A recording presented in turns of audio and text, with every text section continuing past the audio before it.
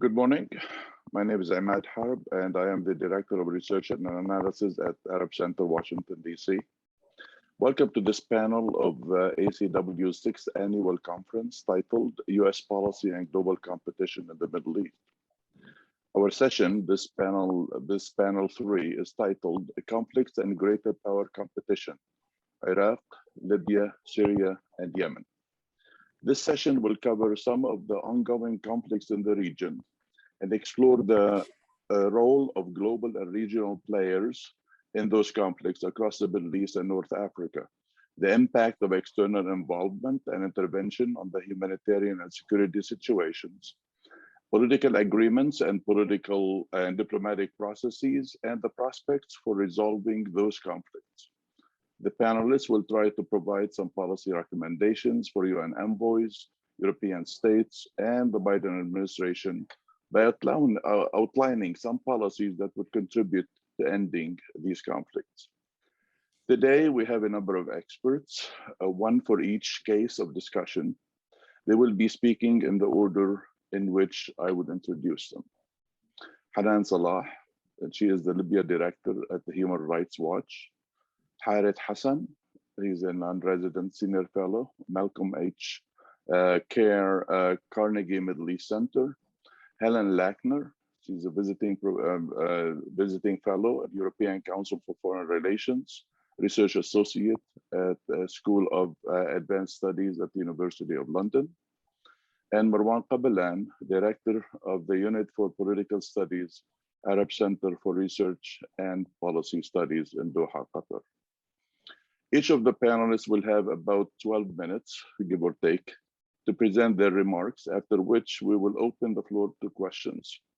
Please send your questions on the Q&A feature on your Zoom page, or send them to events@arabcenterdc.org, events@arabcenterdc.org. It would be nice to identify yourself and your affiliation when you ask your questions. Please send short questions so that we may have enough time to entertain as many questions as we can. Also follow the proceedings on Twitter at #ACW2021. We will start with Hanan Salah. Hanan, the cyberspace is yours. Thank you so much, Imad, and good morning or good evening to everyone. Pleasure and an honor to be here with you today. I will try to stick within the limits what you just introduced, so bear with me a little. So I cover Libya for Human Rights Watch and have been doing this for.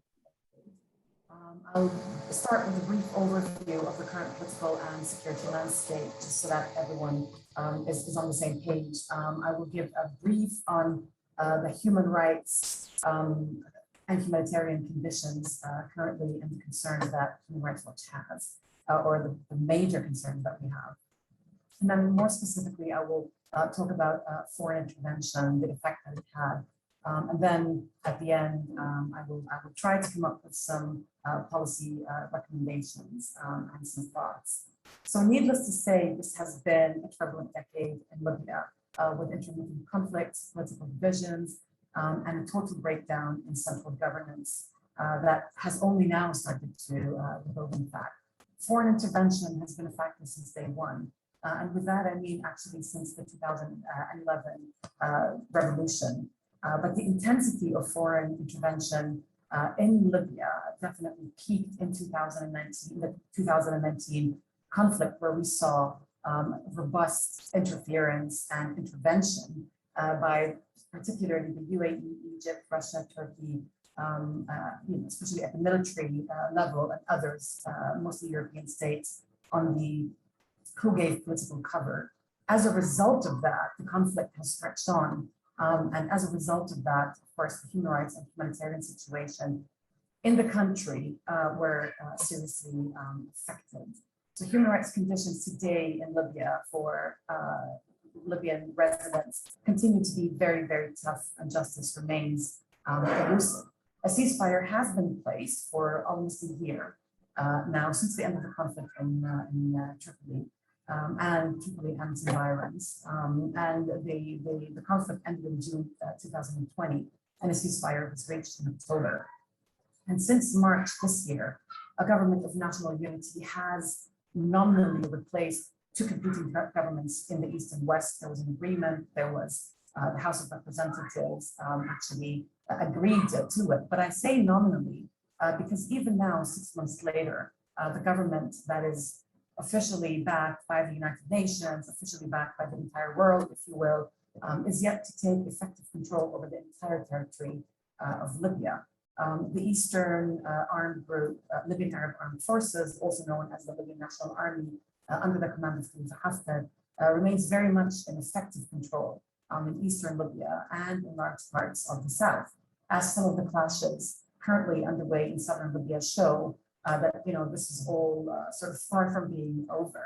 And the unity government, the new government, is struggling to assert itself at the institutional level, but also at the security level. And with that, I mean a unified military. Now, the country, of course, is still reeling from mass displacement. Thousands and thousands are internally displaced after the conflicts this past decade.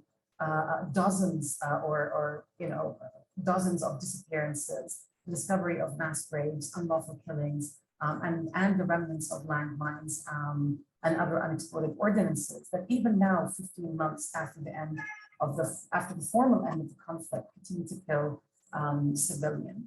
The infrastructure is degraded, and of course, vital infrastructure such as hospitals, schools, and the electric grids are really struggling to keep up with the needs of the population, which means that people have no continuous access to electricity. Sometimes electricity remains off for a very long time, and the public health sector has been decimated due to conflict, but also years of neglect and corruption is also struggling to keep up, which of course is not helpful during this major pandemic. And in addition to that, I would also say that the armed groups that are linked with the authorities and also the armed group in Eastern Libya have been responsible for holding thousands of people in long-term arbitrary detention. They've also been responsible for abuses and arbitrary detention of migrants and asylum seekers and enforced disappearances, but also other violations such as confiscation of private property. And then another issue I think that is incredibly important, especially with possible elections looming towards the end of the year, is really the shrinking space for NGOs and activists, and the fact that civic groups are finding it so difficult to operate in Libya and are being directly targeted, even by this new government's repressive policies, who are also trying, like every government before it, to regulate the work of NGOs to the point where foreign groups are currently facing massive hurdles, even in being able to operate for the lack of visas, for example. And local groups are intimidated and are asked to fulfill really a ridiculous number of criteria in order to be able to operate. Women activists who have spoken out have felt huge repercussions on issues such as gender-based violence, for example, or other issues such as personal rights, inheritance issues, or marriage, or any other issue, in fact. And activists continue to be under enormous pressure from armed groups. Journalists currently still self-censor. They risk attacks and harassment. There's hardly any independent news outlet in Libya, or even members of independent international media who are continuously based there. So the view that comes out of Libya, or the narrative that comes out, is very much what politically motivated and politically linked media groups are feeding. And this is, of course, as I said, particularly relevant because of potential upcoming elections at the end of this year, where the discourse should really be about whether conditions are right for free and fair elections, but that currently is not the case. All of this is happening with impunity. Since 2011, I'm not aware that a single member of an armed group has been convicted for arbitrary detention or torture or disappearances. And after 7 years of peaceful divisions, particularly since 2014, domestic courts and the criminal justice system are still not fully functional, and where processes take place, we have seen major violations of due process. Other venues for accountability, such as the International Criminal Court, that does not have the fastest pace when it comes to issuing arrest warrants, and has not managed to have a deterrent role for serious abuses. There are other venues, such as Security Council sanctions regime and the arms embargo, which so far has proven to be toothless because it's not being implemented, despite very meticulous reporting by the panel of experts of the Security Council. Now, more specifically on foreign intervention, of course, since 2011, there has been major foreign intervention in Libya, starting with the NATO operation that resulted in regime change. But after, let's say, 2000, not that nothing happened in between, but after 2014, when the second war broke out, when Haftar from Eastern Libya announced his so-called war on terror, which of course was an oversimplification and misleading attempt to control the narrative, namely that he wanted to control the country. It worked, and it resulted in a splitting governance. It resulted really in two governments that were active until very recently. Foreign countries and entities have intervened differently in Libya. So they have, some of them obviously have intervened by giving political cover, such as France and Italy, who have taken opposing sides in this conflict. And for the past 5 years or so, have been real spoilers in the Libya context. But they, by giving cover for example, France giving cover for Haftar, who is, after all, a warlord. On the other hand, there are countries, including the United Arab Emirates, Egypt, Russia, Turkey, Jordan, but also others, including Qatar, to a lesser extent, who have quite openly supported conflict parties with military equipment, trainings, and provision of foreign fighters. And that has been a game changer, really, in this conflict. Of course, this is all a violation of Security Council mandated arms embargo. And what really reached its peak in the 2019 conflict is the provision of weapons and fighters, especially foreign fighters. Currently, there are still thousands, even though the conflict has formally ended, but still thousands of foreign fighters remain, fighters who were supported by Russia and brought in by Russia to support the Eastern groups that included fighters from Syria, but then other private military companies as well, who, including from Russia and other countries who have been active as well, but also individual Chadian and Sudanese fighter and also whole units of rebel fighters from Chad and Sudan, who, by the way, supported both sides of the conflict. On the other side, there are still a number of Syrian fighters who were brought in by Turkey, who remain in Libya. I would say that this presence of the foreign fighters is really a real marker for where currently things stand. Specifically on the United States, the US had a light footprint in Libya since 2011 that became even lighter after the killing of Ambassador Stevens. And there have been some individual targeted killings, mostly in southern Libya, which the US has justified under its war on terror. But really, the US has become a little bit more active in this conflict. And since Russia has taken a more prominent role, that may have had something to do with it. Of course, in terms of policy recommendations, I'm saying that my time is dwindling away, but for policy recommendations, I think that there are some recommendations, particularly that are very concrete, that I would give on massive reform needs of the Libyan judiciary. This is incredibly important, especially in view of upcoming elections, in view of elections for a parliament and for a president, where there is a real need to review the penal code, to be able to try people for war crimes and crimes against humanity in a system that is largely confessions-based criminal justice system. For the security sector reform, a joint military committee is currently negotiating how to merge fighters into one national force. I would say that the sticking point here will be vetting. And I think that a recommendation that I would give is to look very closely at criteria for vetting and to absolutely not accept a unit that is wholesale brought and merged into a future force, but rather really to look at the individual and their possible implication in serious human rights violations. I have some other comments to make, but I think I will probably end it here, and I'll be happy to answer any more questions that others may have. Thank you very much. Thank you, Hanan. Appreciate it. Harith, floor is yours.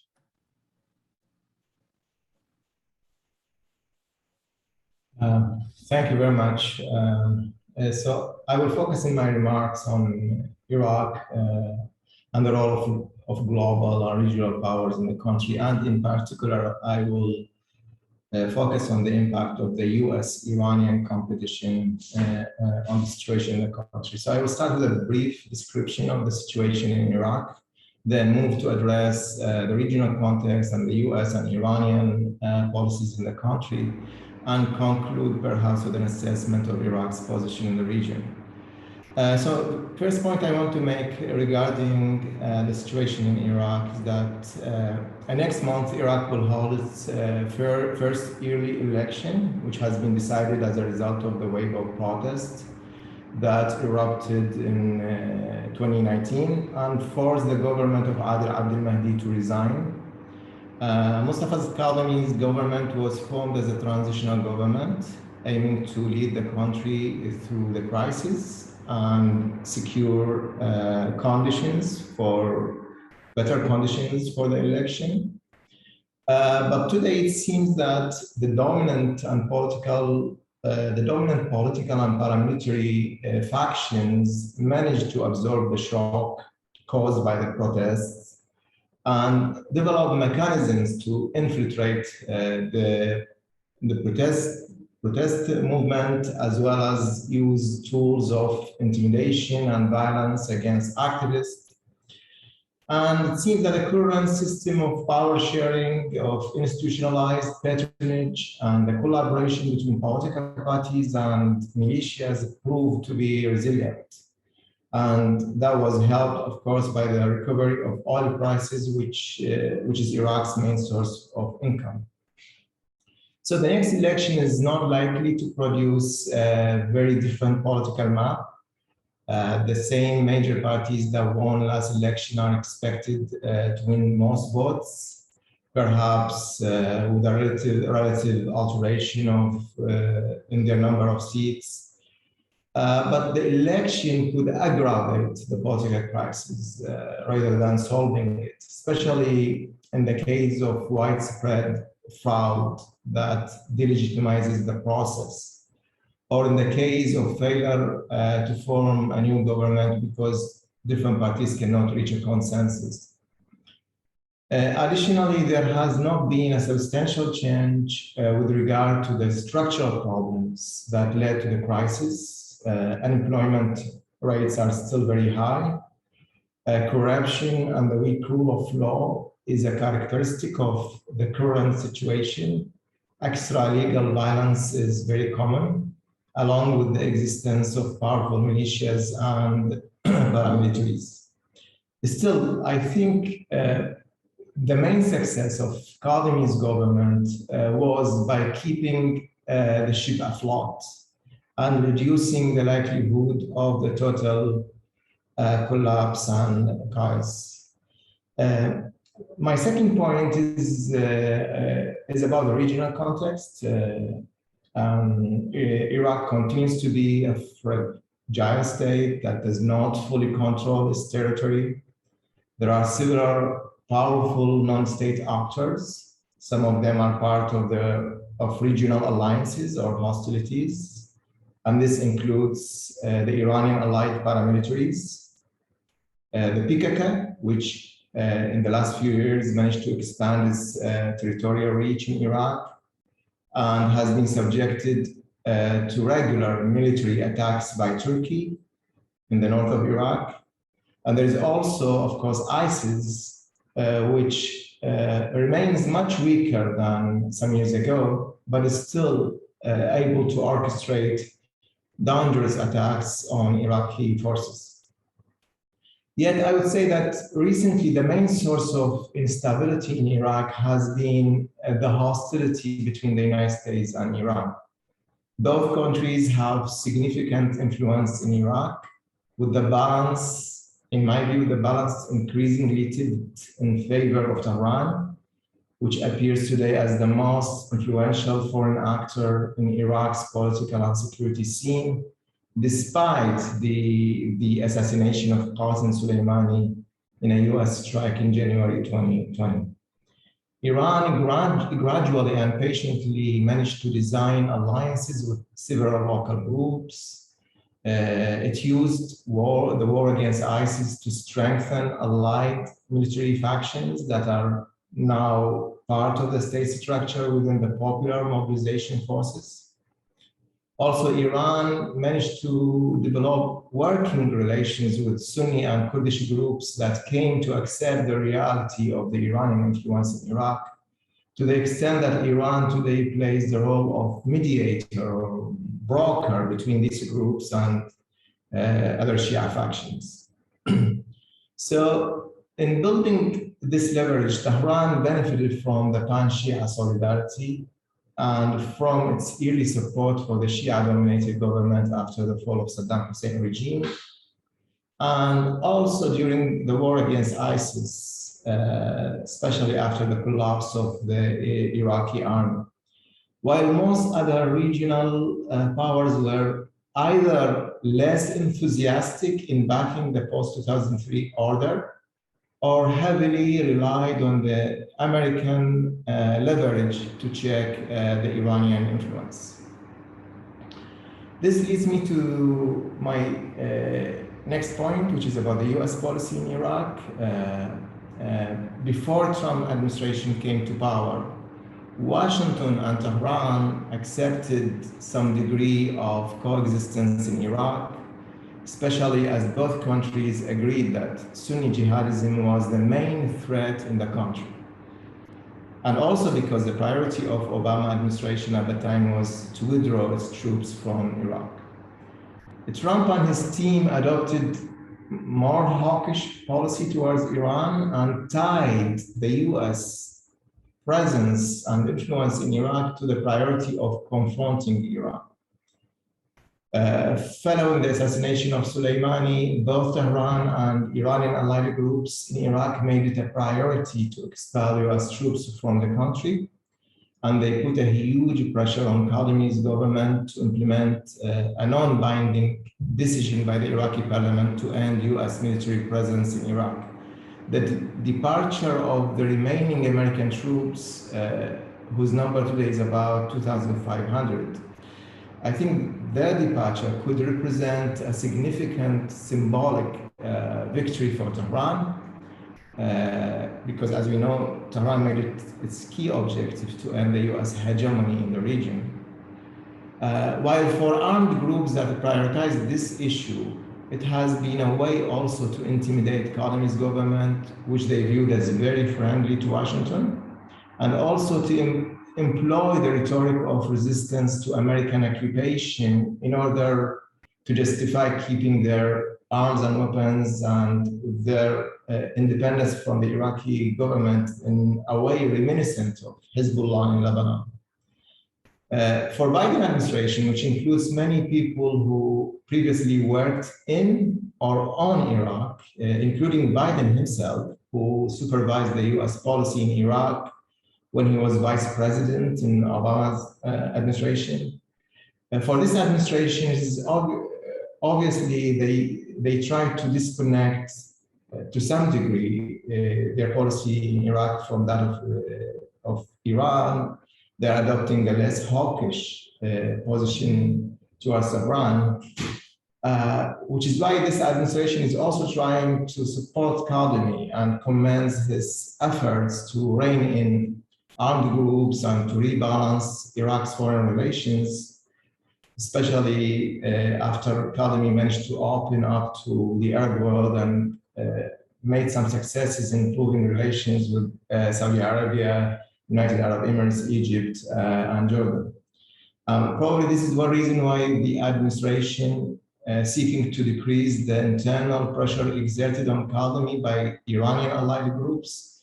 This administration announced that it would end the presence of US combatant troops in Iraq by the end of this year. This announcement so far helped to de-escalate tension, but if there will not be a breakthrough or some sort of improvement in the relationship between the United States and Iran in the coming months, especially concerning the revival of the nuclear deal, this is potentially going to be a cause for escalation in Iraq, especially given that Iranian allied groups interpreted the announcement as a promise to withdraw all American troops, while the US government framed it as an end for the US involvement in combat operations against ISIS, rather than the end of the US military presence altogether. So clearly, the US withdrawal from Afghanistan has emboldened these groups, at least in their rhetoric, amid like widespread perception that the United States is actually disengaging from the region. But at the same time, the situation will depend on the progress in the negotiation between the United States and Iran, as well as on the outcome of the Iraqi election and the nature of the next government in Baghdad. I suspect that events in Afghanistan will make Biden administration hesitant about implementing a full withdrawal from Iraq, but it will have to consider the expected cost and what kind of reaction must be adopted if militias committed major attacks against US troops. So what I think is that considering this administration's preference to avoid the option of starting a major conflict with Iran, Washington would try to find a new formula for coexistence or perhaps collaboration with Iran in Iraq, which implies a recognition of Iran's role as a guarantor of the existing political order in the country. My final point here is about Iraq's response to this regional context. Kadami's government acted as a mediator between Iran and Saudi Arabia, and just recently held a regional conference which seemed to be part of its efforts to mitigate rivalries between its neighbors, especially Iran, Turkey, and Saudi Arabia, and also to balance the Iranian influence by bringing in other regional actors, while at the same time providing Tehran with a forum for dialogue with those actors. This is could be just a nascent and perhaps a one-time event, but its importance, I think, is in the fact that it reflects the need for a new regional skeleton that embodies the emerging balance of power in the region, as well as the fact that the United States is currently gradually disengaging from the Middle East. And I will stop here. Thank you. Thank you, Harith. Appreciate it. Helen, your turn. Good morning, good afternoon, good evening, wherever people might be. First, I want to thank you for inviting me. And second, I think I was asked specifically to talk about international aspects of the Yemeni war. So that's what I'm going to do. But I want to remind everybody before we start on this, that the Yemen conflict is primarily an internal civil war. And so, you know, one should not assume that the external agents have that much influence or power. And now I basically plan to cover three aspects of the international involvement. First, the military, second, the humanitarian, and third, the political. Militarily, as I'm sure most people know, there is direct military involvement from Saudi Arabia and the UAE, who officially support the same side, but in practice are increasingly supporting different sides, and indeed sides that are in opposition to each other.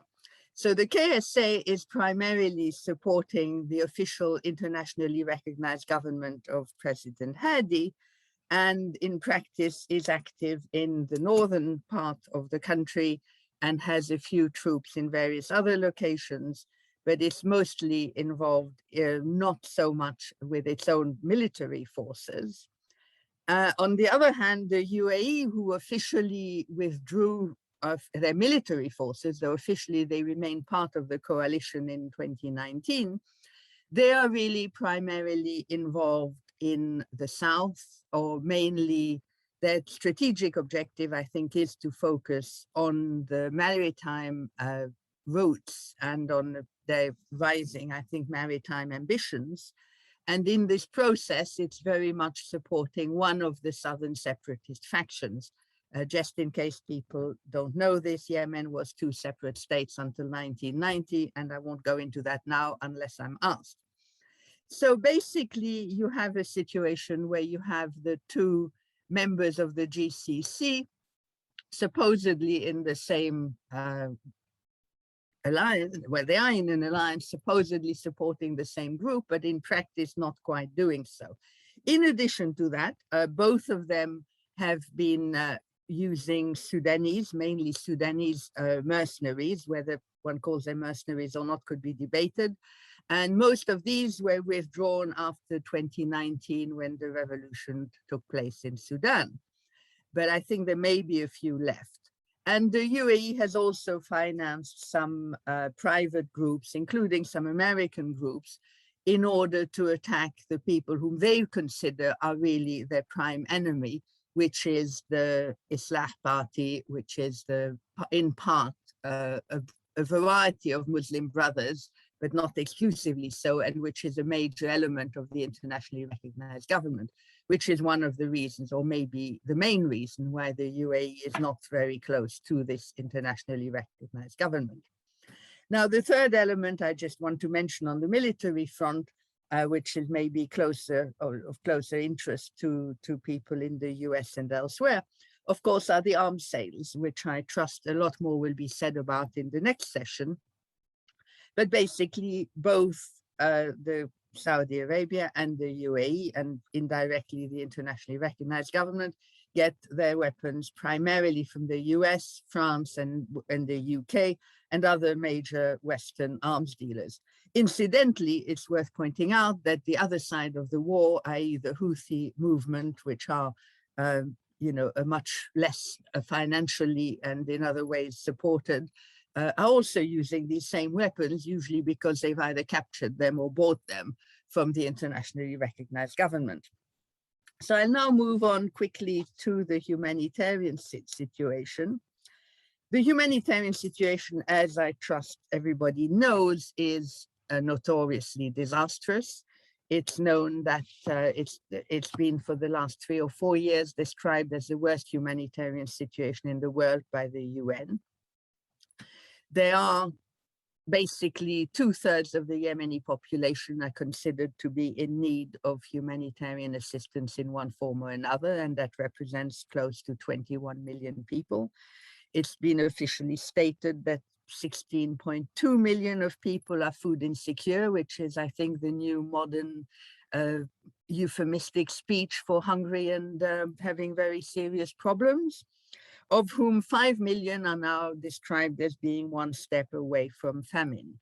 I think it's important to mention the fact that, although there's been talk of famine in Yemen for the last 3 or 4 years, there is no declaration of famine made by the United Nations. And that's basically for 2 main reasons. One is that there are certain statistically data that need to be demonstrated for the UN to provide such a declaration, and the statistics for such things are simply not available in Yemen, nor indeed, in my view, in many of the other countries where such issues arise. And the second one, of course, is that it would prove that what I calculated earlier today, the $17.5 billion that have been poured into or have been used in relation to Yemen since between 2015 and 2020 have not achieved very much if you then admit that you've actually got famine in the country. But now they're saying that there are actually close to 50,000 people in famine situation, and another 5 million one step away. My belief is that, famine is in existence in Yemen, and that there are millions of people who are dying directly and indirectly from hunger. And on this point, it's really worth reminding people that far more people are dying from this than are dying through bombings or actual fighting. And of course, most of these people are civilians and children and the people who are technically more vulnerable. Now, why are we in this situation? We are in this situation primarily because of the war, though you already had a high poverty level before the war started. And you have, what the blockade of the Red Sea ports, which is, mainly Hodeidah and the other ports, where both fuel and food are not arriving in the quantities required. Moreover, they are costing a lot more than is needed. So although 70% of Yemen's population is rural, the country has been dependent on imports for 90% of its basic staples, i.e. basically wheat and rice, for the last 2 decades. That's another long story which one could go into in great detail. So basically the blockade and the price increases combined with the collapsed economy and the fact that millions are not being paid mean that although there may be food in the shops to some extent, people can't afford to buy it. And that's, and of course people are weakened, the medical services are in an advanced state of collapse, and therefore people are suffering very badly. Now, just to look at the situation in 2021, the UN's humanitarian response plan, for which they asked for $3 point something billion, is currently, as of yesterday, funded at 54%. Now we're well into the 3rd quarter of the year, which means that there is very serious shortage of funding for this humanitarian plan, and therefore, of course, that this is worsening the situation and the likelihood of starvation for thousands, if not millions. It's of course also worth noting who is paying and who is financing the humanitarian plan. And of course, the main financier of this is the main aggressor in Yemen, namely the Kingdom of Saudi Arabia, which has financed 35% of what's been financed, followed by the US, which has a major role also in humanitarian support, which has financed 20%, followed by Germany 10%, and the UAE 9%, the EU and UK each at 70%. So I think, this gives an indication of the state of the humanitarian affairs. The other thing, of course, is the distribution and the way humanitarian aid is used. And that is another very fundamental problem in the country, because on all sides, humanitarian aid is very politicized. There have been serious conflicts on the issue between the Houthis and the United Nations system. There are also regular complaints. There's also a large amount of humanitarian aid, which is not going through the UN system, which is going directly from the KSA and the UAE through their own mechanisms. And that is going into, is not, none of the aid is systematically distributed according to need. In addition to the fact that the people in greatest need are the people in the most remote places, and therefore those who are most difficult to reach, and therefore who have the least money to buy things, where the cost is increased, etc. So we have a very complex situation. And of course, the multiplicity of organizations involved, between the UN and the NGOs and the contractors, every institution takes their share, which is why I was talking about the amount of money that's been allocated to Yemen. This is not the amount of money that's reaching Yemen, let alone the amount of goods that is actually reaching the people in need. So you have, major issues on the humanitarian situation, but you also have a major problem of people, suffering enormously and dying in their thousands in places where they are not seen. So the third thing I want to talk about briefly is the political situation and the international role in the particular political situation. So obviously the main role is from the main belligerents. So we're talking about Saudi Arabia, the UAE, the officially internationally recognized government, and the Houthi movement, who are supposedly always described in the media as Iran-backed. Very, very briefly, I'll say something about the Iranian backing. The Iranians are certainly, sorry, Iran, you know, which had almost zero role in Yemen 10 years ago, has increased its role and participation in the course of the war and since 2015 in particular. But it is a mistake to call the Houthis Iranian proxies. Iran is supporting them. It's costing very little from the Iranian point of view. This is an incredibly cheap operation to irritate the Saudis very successfully. But they are helping the Houthis with basically with some of the super advanced technology for their missiles and their drones, none of which I understand any details of. But that is the reason the missiles and drones that have been used by the Houthis in the last 2 or 3 years are increasing in capacity. The second, of course, international element that I want to bring is the United Nations.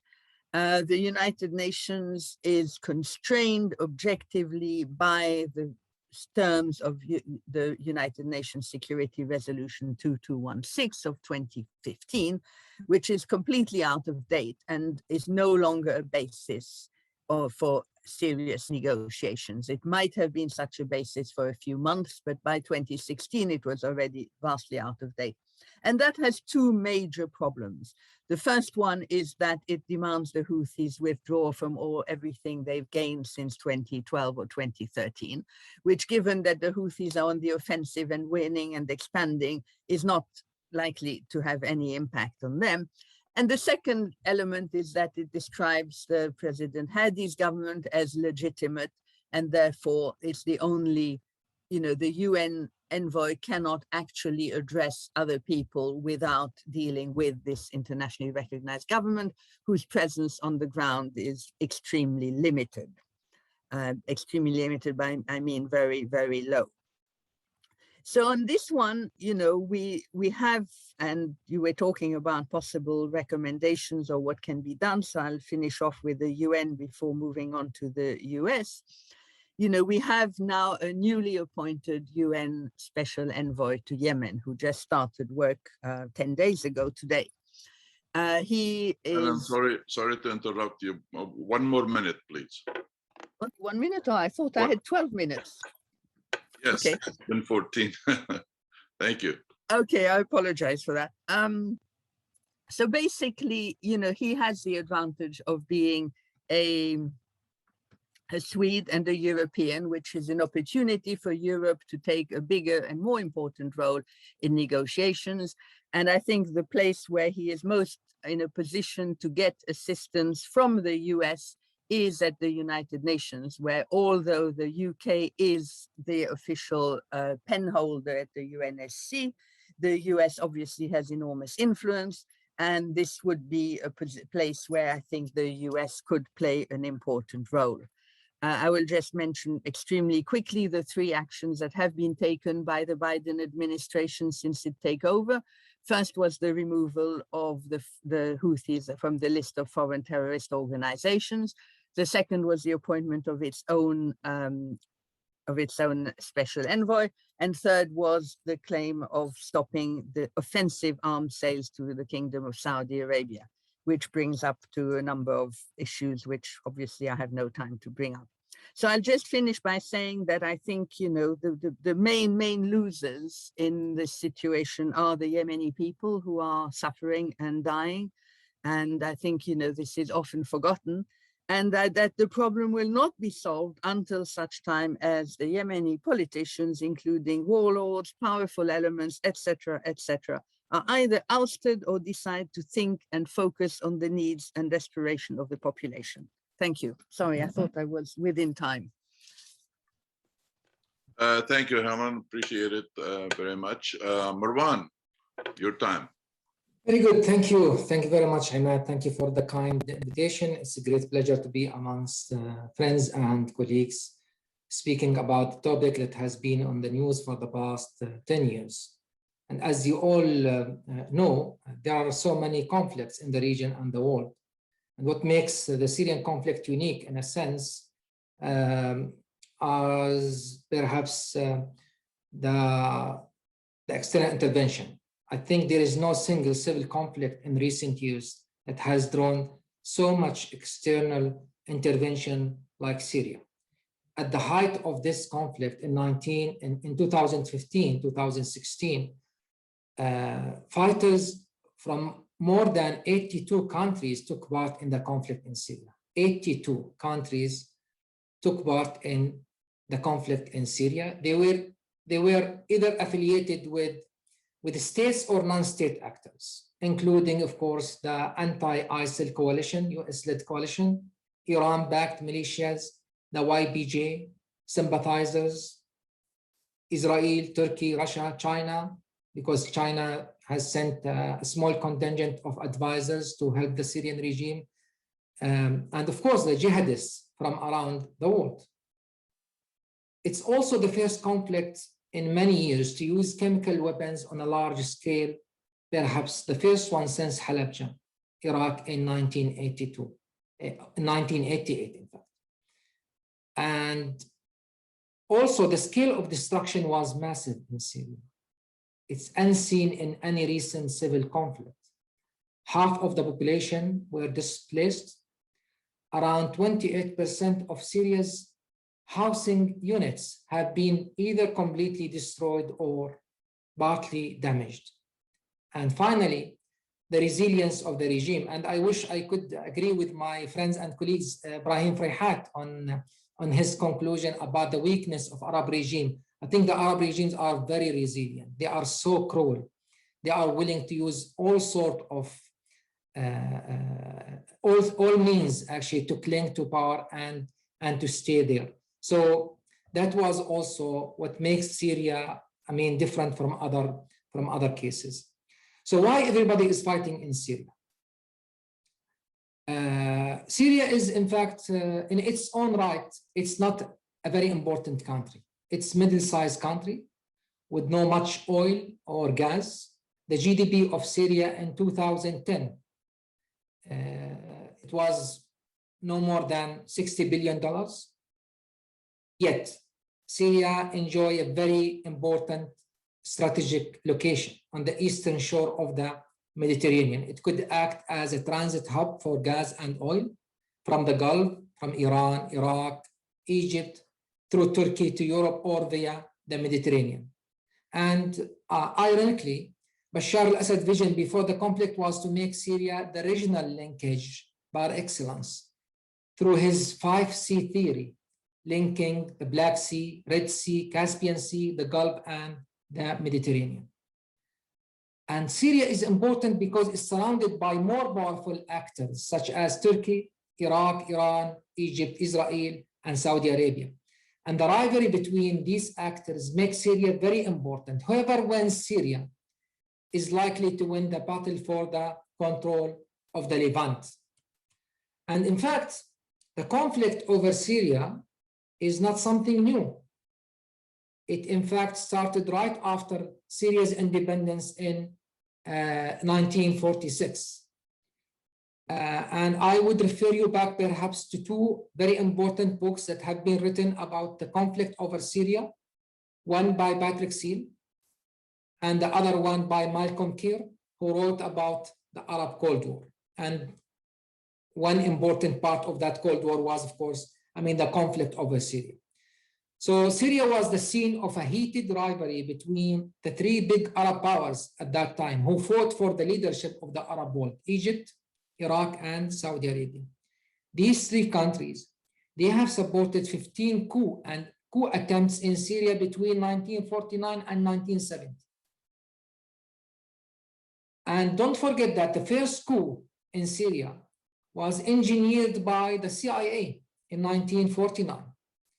It removed the democratically elected parliament for its opposition to the construction of the TAP line, oil pipeline, to transport Saudi oil to the Mediterranean. And let's forget about history and let's come back to the present time. And let's talk about conflict in Syria after the Arab Spring. It is my opinion that although the Syrian conflict or the Syrian uprising came in the context of the Arab Spring, I believe the conflict in Syria cannot be explained by the Arab Spring. The conflict in Syria, in my opinion, is the fallout of the US invasion of Iraq more than being part of the Arab Spring. Syria could not have survived the ramifications of the US invasion of Iraq in any way, with or without the Arab Spring. There was no way that Saudi Arabia and Turkey would condone the establishment of a Shiite crescent that would cut Turkey from the Arab Middle East, or for Saudi Arabia to accept an Iranian arc of influence in the north of the Arabian Peninsula. The moment the US withdrew from Iraq, as we all know, this window opened for the Iranians to establish their Shiite crescent stretching from Herat in Afghanistan to the Mediterranean, to Beirut on the Mediterranean. Neither the Turks nor the Saudis would accept that. So that is my position, that whether there was an Arab Spring or not, Syria was taking this path. Syria was taking this course because the regional dynamic wouldn't allow actually the establishment of a Shiite crescent in the region. So now let's move to who's who in this Syrian conflict. Let's map this rivalry in Syria. So for this internationalized civil war, or war by proxy in Syria, we can distinguish three major blocks. Each acts as an umbrella for several actors who share certain common interests, but also have competing objectives. So here Syria actually look very much like a maze. So we have to really map the rivalry in order to understand it. The first block is the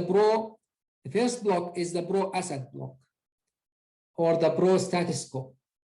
It consists of states and non-state actors. It includes Russia, Iran, China, the Iran-backed militias, and the Russian mercenaries. The major objective of this bloc is to prevent Assad from falling and weaken Western influence in the region. But beyond that, they have nothing in common. The second bloc is the anti-Assad or the pro-change bloc. Here we find much more diverse interests than the previous bloc. Although all these actors seek change in Syria, they differ widely on the degree of change. On one hand, we find the Saudis, the Egyptians, the United Arab Emirates, Jordan, and Israel. They all seek to roll back Iran's influence, but they don't see the removal of Assad as a prerequisite to achieving that.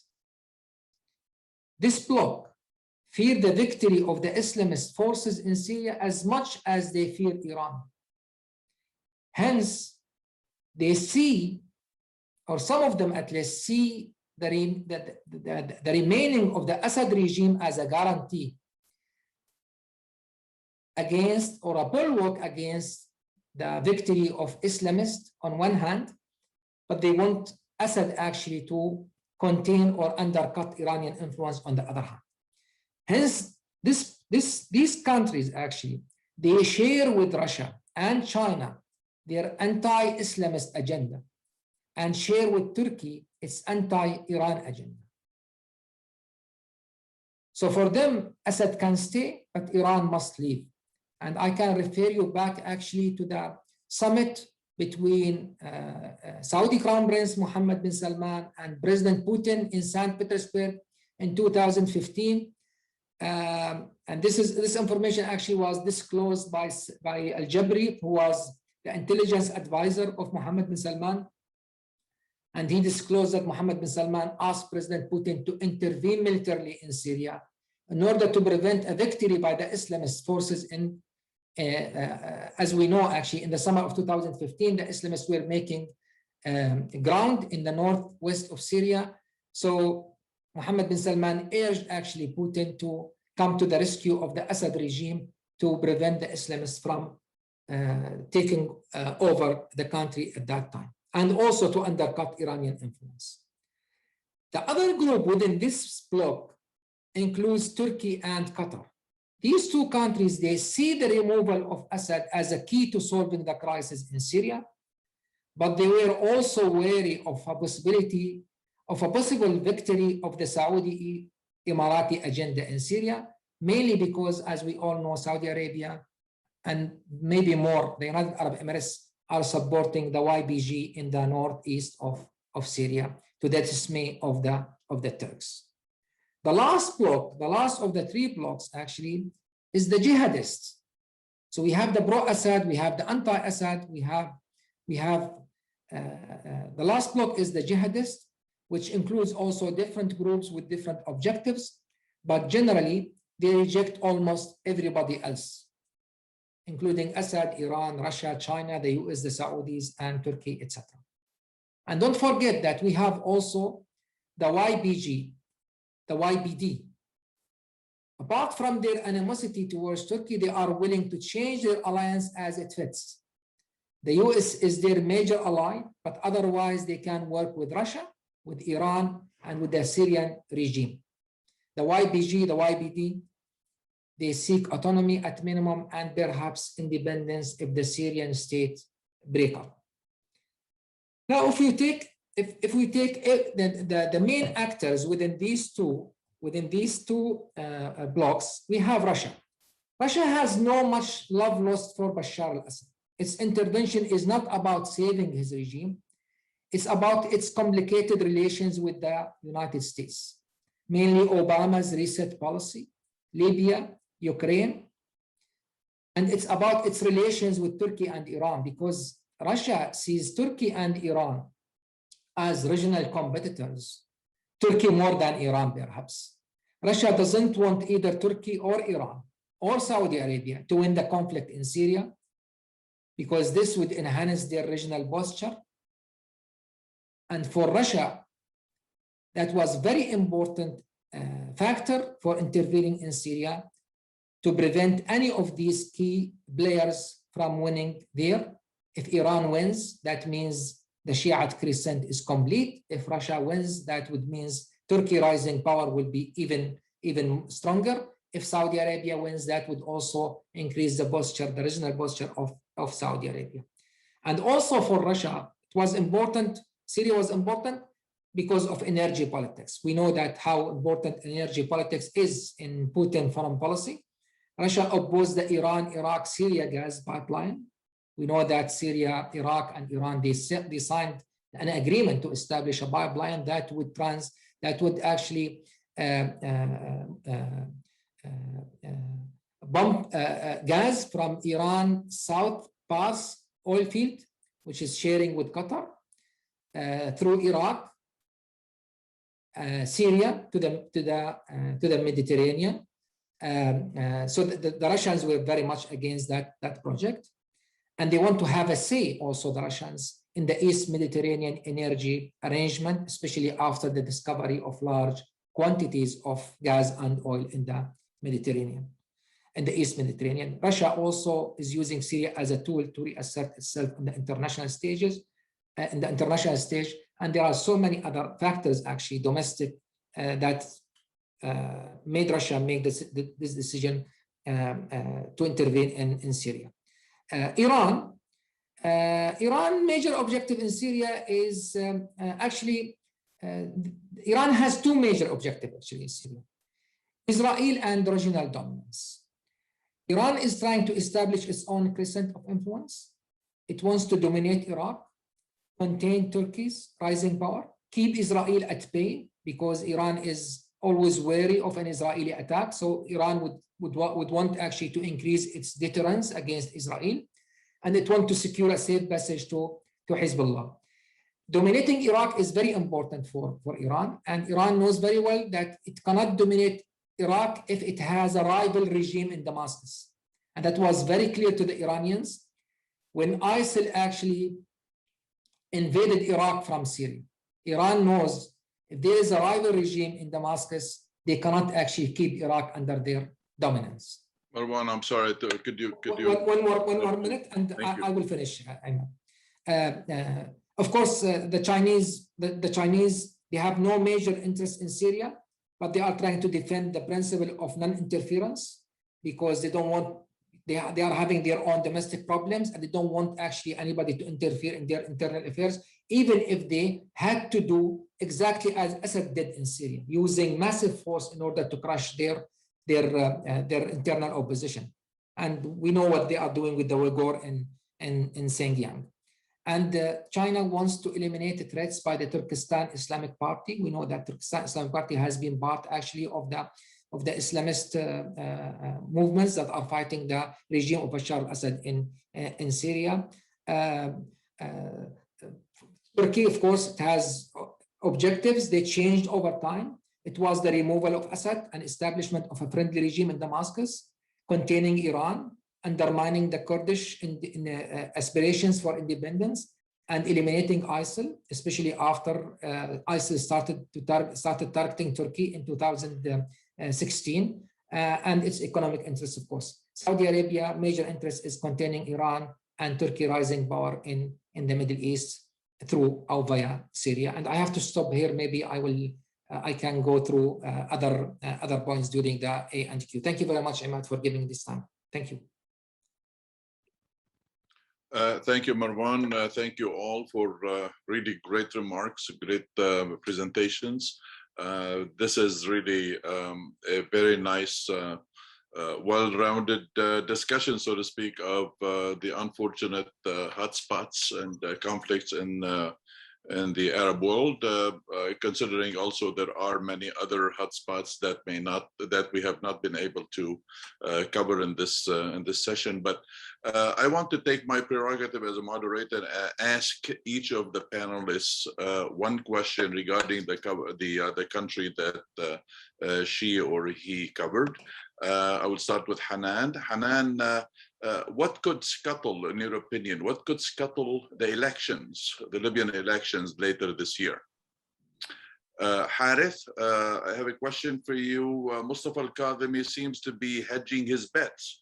And a couple of days ago, he visited Tehran, apparently to kiss and make up for something supposedly he may have done. Do you think that he is pressured by Iran or its allies in Baghdad to follow a certain path, to do certain things? Helen, tremendously complicated, just like Libya and the Iraqi situation, tremendously complicated and many multifaceted aspect of things going on in Yemen. Please explain why Saudi Arabia does not want to end the blockade on the Sana'a airport and the Hodeidah seaport and other places. For Marwan, your comment on Turkey and Saudi Arabia really, after the Iraq war, there was no.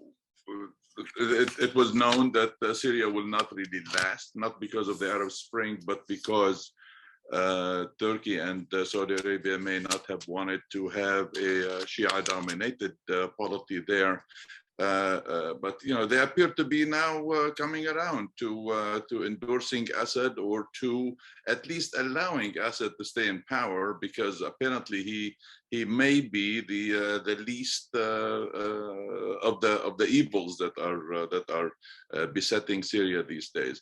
I'd like you to start answering these questions in the same order that I asked. And we'll get on to some other questions that we received from the audience. Thanks. I hope you can hear me better at this point. Can you hear me? You're still, you're still a little staticky, but let's try. Apologies. I'm not sure what to do about that. I will try to speak slowly. Maybe that will help. So I would say that there are many elements that could happen over the next 3 months before the elections that are slated for December 24th, whether those take place or not. One major issue is the current disagreement over a legal and a constitutional basis for upcoming presidential and parliamentary elections, and many issues with regard to how these laws are being handled or passed. Just to say that, you know, there is obviously from the current head of the House of Representatives, who apparently simply passed a law without a vote on it, which is not a human rights violation, but certainly not a great standard, a law for the presidential elections, which is now being contested. And it's being contested on the basis that it does not fulfill minimum requirements as per Libya's interim constitution. The problem here, like in Tunisia, the constitutional chamber at the Supreme Court is doormat and it's not functional and hasn't been for some time. So any attempt to be appealing these laws on a legal basis, sort of not using what usually happens, which is malicious, but trying to appeal it legally can be problematic and may happen, but may not happen before some of these elections take place. I think I should also be clear that there is clearly expediency on the part of everyone on the part of everyone in the international community to have these elections happen in order to have their people have a semblance of legitimacy. Currently not the case because the current government was nominated, more or less. I think the second one quickly, so the legal basis obviously is a huge issue, and if that passes or not, but obviously there's always a risk of a restart of fighting. There is already fighting happening in southern Libya. There have been skirmishes and fights since the end of the ceasefire, but none that I would call as serious as to be concerned that they could endanger this ceasefire. But you know, still, that is something that could happen. And I would say the third part that I can now think of is, you know, there is a situation where one part of the country votes and another part of the country cannot vote or is not allowed to vote. And since this last law that was passed by the Speaker of Parliament without a vote, you know, appears to favor a presidential system that would favor actors in Eastern Libya, for example, and others as well. You know, there is a possibility that there will be an election date will be set, and then certain polling stations will not be able to open because, you know, there will be an attempt by armed groups to not let them open. So, you know, in short, violence could break out. I think these are the main concerns, really. Thank you, Harith. Thanks, Imad. When Kadhimi was nominated as a prime minister, he was opposed by several Iranian allied groups. They saw him as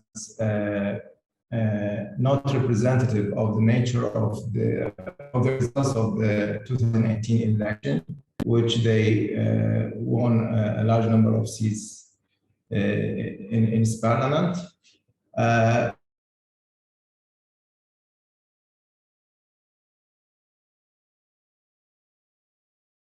The assassination of Soleimani, especially between the Iranian intelligence, the Tala'at, and the Iranian Revolutionary Guard Corps, the RGC. And the RGC was not enthusiastic about Kadhimi.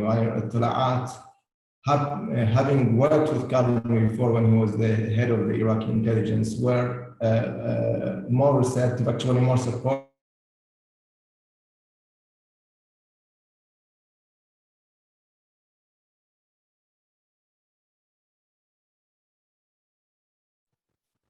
I'm sorry, Harith, you went off.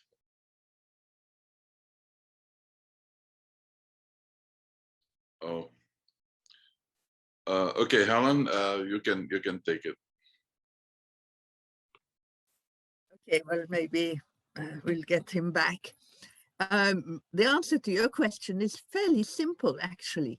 Basically, what is happening is that on the military front, you know, the Houthis are doing rather well, or even if they are not making much progress in Marib at the moment, but they are basically on the offensive.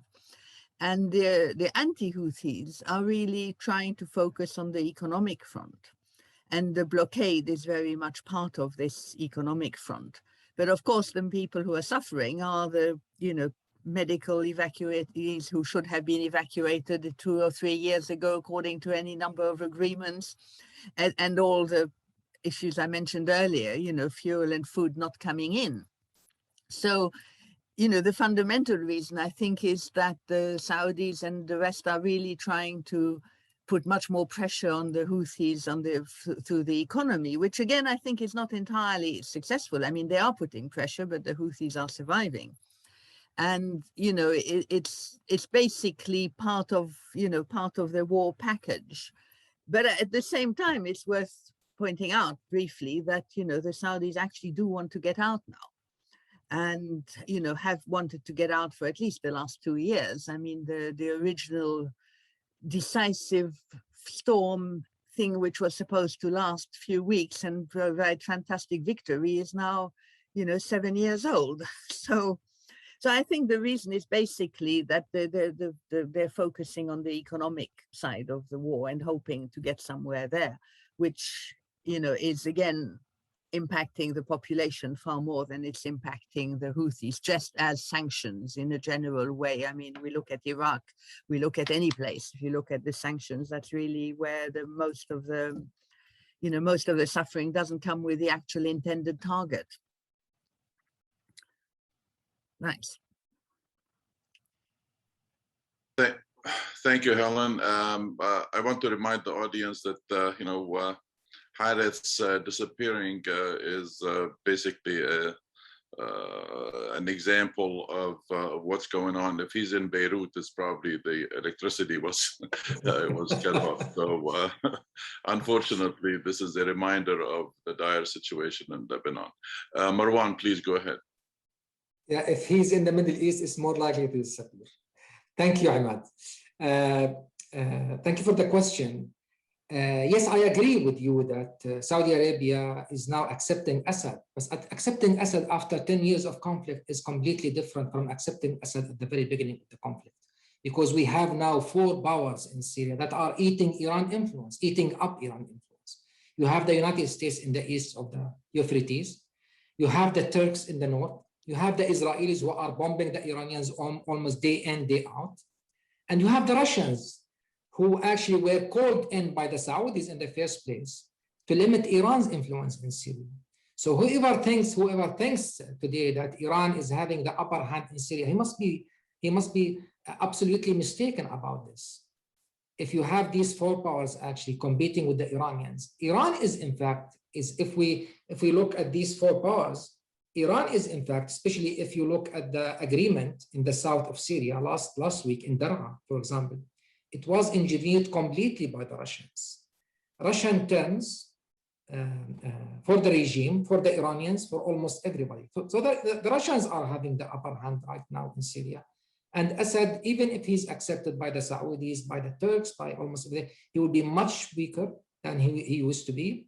The Iranians are no longer having this free hand in Syria as they could have actually done before the Syrian conflict. So that is my take on the question.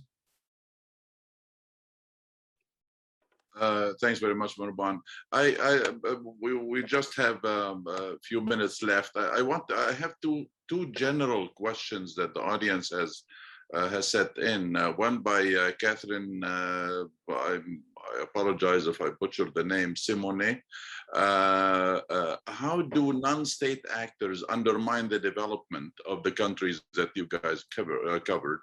both in overall stability, including the rule of law, extrajudicial violence, etc., and accessibility of goods and infrastructure. And the other general question also, to what extent do you see the dynamics of corporate interests, natural resources, and the international political economy manifested in the respective contexts? Hanan, you can start. We'll do the same order. Hanan and then Marwan. Okay, so I'm seriously hoping that the sound is better now. Yes, it is. I'm running out of options. Okay. So, I mean, with regards to non-state actors, I think I would say, to echo Helen, the answer is quite simple. In Libya, currently, you'd be hard placed to find a unit that I would consider to be a state actor. I would say that the situation is not a matter of how do state actors or non-state actors destabilize the situation. The situation is a little bit further developed and a bit more complicated than that. And it has with the, I mean, at the heart of it, obviously, it's a Libyan conflict, but it's also the armed part of these conflict has been kept alive. And the fact that there are so many foreign fighters currently in Libya on the payroll of Libyan parties, but also on the payroll of other governments, including reportedly Turkey and reportedly Russia. So they are the ones that are actually keeping the conflicts and are able to artificially extend conflicts that, at the heart of it are, of course, deep divisions and fault lines within Libya, and that is in the context of Libya, making it very difficult to return to what it is that we all want to see, which is this transition from a situation of utter chaos to a situation of respect for the rule of law, a functioning of unified institutions, functioning judiciary, and law enforcement. Killing has been normalized to an extent where there's absolutely no cost attached currently to killing a human being in the country. Yeah, that would be my short answer to it.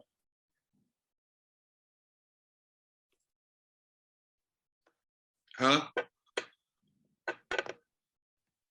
Sorry, I thought we were going to do both questions. I think on the issue of non-state actors, when you're talking about Yemen, you have a problem of defining who are the non-state actors. I mean, officially, according to the UN, the only state actor is the internationally recognized government, and everybody else would qualify as a non-state actor. So I think, I'd follow very much what Hanan just said about Libya on the topic. I mean, everybody on all fronts are impeding, are basically obstructing anything remotely looking like the rule of law, peace, or democracy, or even, organized autocracy. So I think that's really all I could say on the non-state actors. And I admit that I can't remember exactly what the other question was. The other one was basically a general question on natural resources, corporate interests, the economy. Basically, it's another conference for the day. But yeah. Try to put in. I think in the case of Yemen, we're not talking about a major fight for the natural resources, because the country's natural resources are very limited. If you look at its oil or gas resources, they are, by comparison with the rest of the peninsula, insignificant, even if you compare them to Oman. So, really, the only economic interest I can see is really the one of the arms dealers. I mean, they are the ones who are doing very well. And and certainly Yemen's not the only place where this is true.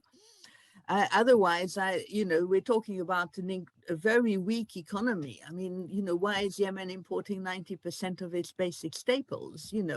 And when the majority of the people live in rural areas, I mean, we're in a situation where I don't think any external state is in Yemen in order to grab its resources, even if some people would like to imagine so.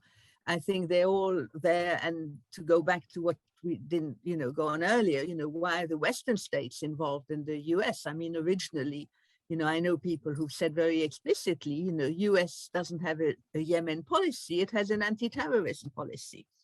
So I think, this is one of the situations where, the sort of standard pictures of why intervention happens isn't necessarily actually appropriate to this particular case. I mean, if we look at the 4 countries we're talking about today, Yemen is most definitely the one with least, economic resources that any external agent would be interested in.